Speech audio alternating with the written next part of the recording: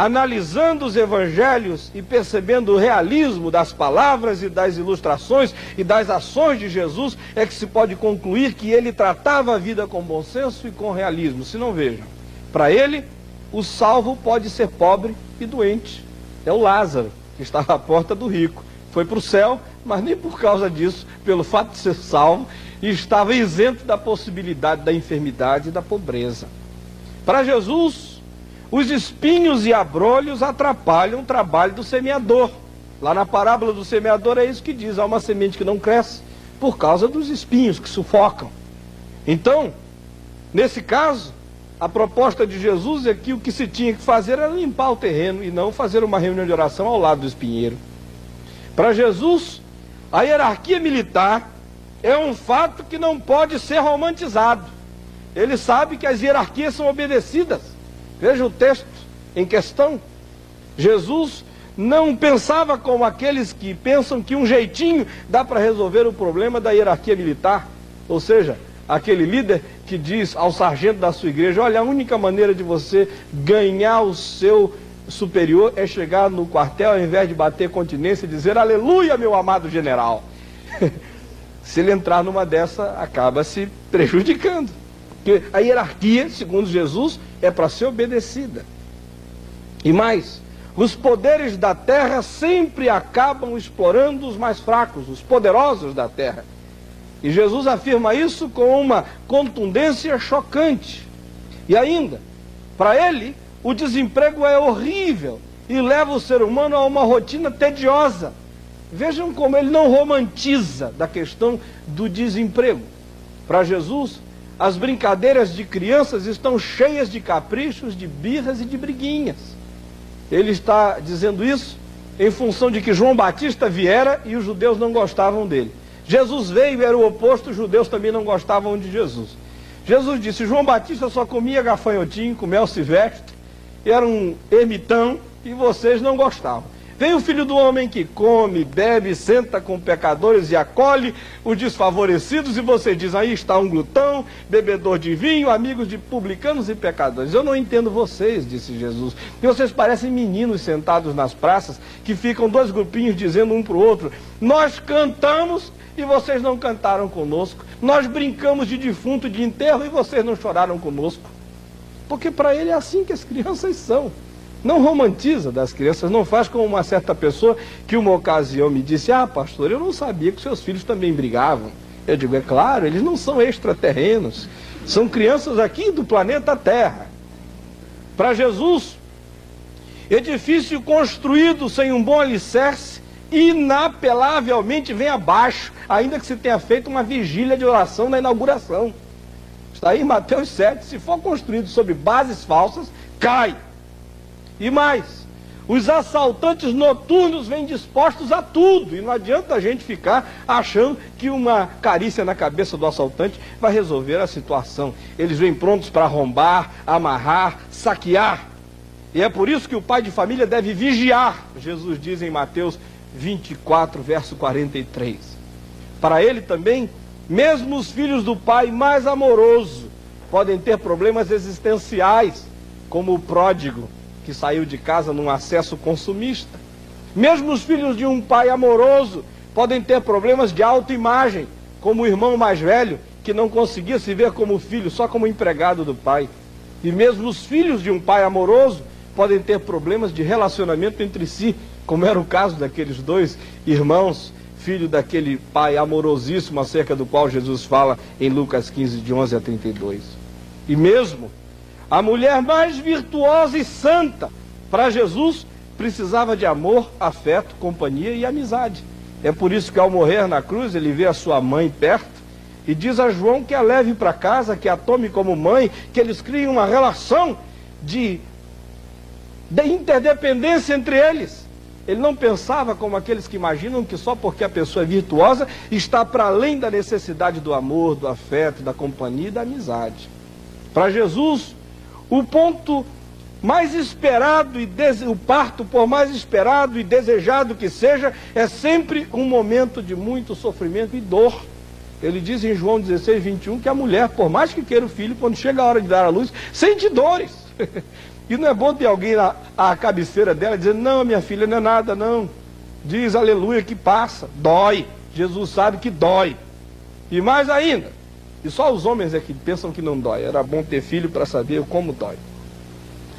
Para Jesus, peças de metal abandonadas próximas ao mar enferrujam. E roupas entulhadas em casa ficam cheias de traça. Ele não diz que o ferrugem corrói, a traça também rói? Para ele era bom cuidar bem das coisas, senão elas se perdiam. Para Jesus, administradores com excessiva liberdade podiam ser tentados a roubar. Lá em Lucas 16 ele diz isso, do verso 1 ao verso 7. E mais, a árvore que não dá fruto deve ser cortada.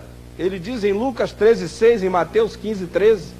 E ainda, quando se tem sede, o que se precisa é água, e não outra coisa, e não um afago. Em João 4:6 e 7, Mateus 19:28, é isso que Jesus disse. Me faz inclusive lembrar uma história que eu ouvi há muito tempo de uma pessoa muito chegada nossa, um pastor companheiro nosso, que disse que numa certa ocasião ele estava no escritório dele e veio uma mulher com uma criança. E a mulher assim, muito nervosa, vivendo um cristianismo meio neurotizado e tudo, chegou ali perto dele e começou a fazer uma pergunta, e a pergunta parecia mais uma resposta e não terminava nunca, e rodava e não chegava ao ponto. E o garotinho dela ali ao lado, nervoso, dizia, mamãe, eu estou com sede, mamãe, eu estou com sede, mamãe, eu estou com sede. Puxava a saia dela, ela virava e dizia assim, o sangue de Jesus tem poder, o sangue de Jesus tem poder. E aí quando continuava falando, e aí o menino, mamãe, eu estou com sede, o sangue de Jesus tem poder. Lá pelas tantas o meu amigo disse, não, amigo, quem tem poder é água, dê água, o bichinho está com sede. E não brinque com a sede de ninguém, minha senhora. Ame a Jesus, mas não seja fanática, pelo amor de Deus, porque o fanatismo não é amor, é um sentimento distorcido em direção a Deus. Queridos, apesar de todo esse realismo, o discípulo não ficará livre de problemas, mas apenas os reduzirá significativamente. Os problemas de relacionamento não serão de todos afastados em volta de nós. Os que se aproximam de nós, sem motivos sinceros, não serão também afastados, continuarão chegando. Os perigos das coisas não estarão ausentes nas nossas vidas. Mas com bom senso e realismo a gente vai reduzindo os riscos da caminhada. E para terminar, eu quero lhes dizer que o maior exemplo de um discípulo tomado pelo bom senso e pelo realismo foi Paulo, especialmente naquele incidente da viagem perigosa. Nesse ponto, eu gostaria que todos nós abríssemos a Bíblia em Atos dos Apóstolos, no capítulo 27, do verso 9 ao verso 44, aqui e no resto do país, nos nossos auditórios. Eu tenho ficado muito feliz ao saber que aí pelo país inteiro vocês abrem a Bíblia, quando eu peço para ler alto, vocês leem alto, ótimo. Então abram em Atos dos Apóstolos, capítulo 27, do verso 9 ao verso 44. É a narrativa da viagem perigosa. Vejam o bom senso de Paulo em ação. Primeiramente, quando ele percebeu o perigo, ele advertiu o comandante. Está aí nos versos 9 e 10. Observaram? Perigo, advertência, cuidado, não vamos fazer essa viagem porque ela pode ser perigosíssima, pode trazer riscos para as nossas próprias vidas, pode ser um caos. É o que Paulo diz aí, vai ser trabalhosa, muito prejuízo, e até as nossas próprias vidas podem ser atingidas. Mas eles davam mais crédito ao piloto, diz ao verso 11. E eles preferiam o risco de uma viagem à certeza de um porto, ainda que fosse inadequado, conforme se descreve no verso 12. Quando foram atingidos pelo tufão e se deixaram levar pelo vento tormentoso, até que entregaram-se ao léu da sorte, tendo perdido toda a esperança de salvamento, então Paulo agiu de novo com bom senso e realismo. Está aí entre os versos 14 e 26. Vamos ver qual foi essa ação de Paulo. Primeiramente, ele lembrou da advertência feita, diz o verso 21. Depois, aconselhou-os a terem bom ânimo. Ao invés de ficar esmagando as pessoas, vocês viram? Vocês viram? Bem feito, bem feito. Não. Se vocês tivessem me ouvido, não teria acontecido isso. Mas agora, eu lhes aconselho, bom ânimo, gente. Já que nós entramos nisso, vamos levantar a cabeça e brigar contra as circunstâncias com coragem. Depois elegeu prioridades claras em relação ao que se poderia ou não perder, diz o verso 22. Nós vamos perder somente o navio, se agirmos com bom senso. Isso porque há pessoas que, para salvar uma empresa, para salvar um negócio, para salvar um carro, para salvar alguma coisa, são capazes até de destruírem-se a si mesmos. E Paulo, com bom senso, sabe que é melhor salvar vidas e perder navio. É melhor salvar vidas e o transatlântico ir para o fundo. Depois ele falou da visão que tivera. Está aí nos versos 23 e 24. E disse que, apesar do interesse de Deus no salvamento deles, o processo histórico seria ordinário.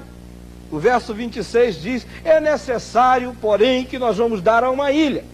Não diz nós vamos ganhar asas, vamos andar por sobre as águas. Deus quer nos salvar, mandou o anjo para dizer isso, que tem propósitos para a minha vida, para que eu chegue a Roma, mas o processo do salvamento é como acontece com qualquer um. Nós vamos ter que nadar para uma ilha. E mais, ele não sublimou a promessa de Deus ao ponto de pensar que os marinheiros não fossem necessários. Dizem os versos 30 e 31. Em outra pessoa, tendo aquela visão toda, estando com aquela bola toda cheia, quando os marinheiros ameaçassem ir embora, Paulo dizia: deixa, que tem anjo ao lado, não precisa de marinheiro. Mas apesar de saber da promessa de Deus, quando os marinheiros ameaçaram fugir, Paulo disse ao comandante: se você permitir que eles fujam, nós não vamos ter chance de nos salvar. Precisamos da experiência deles para nos salvar. E mais ainda, ele pedia a todos que comessem, para que pudessem enfrentar o esforço a que seriam submetidos no naufrágio, diz o verso 34. Meus queridos, que bom senso, que sabedoria, que realismo operando na história.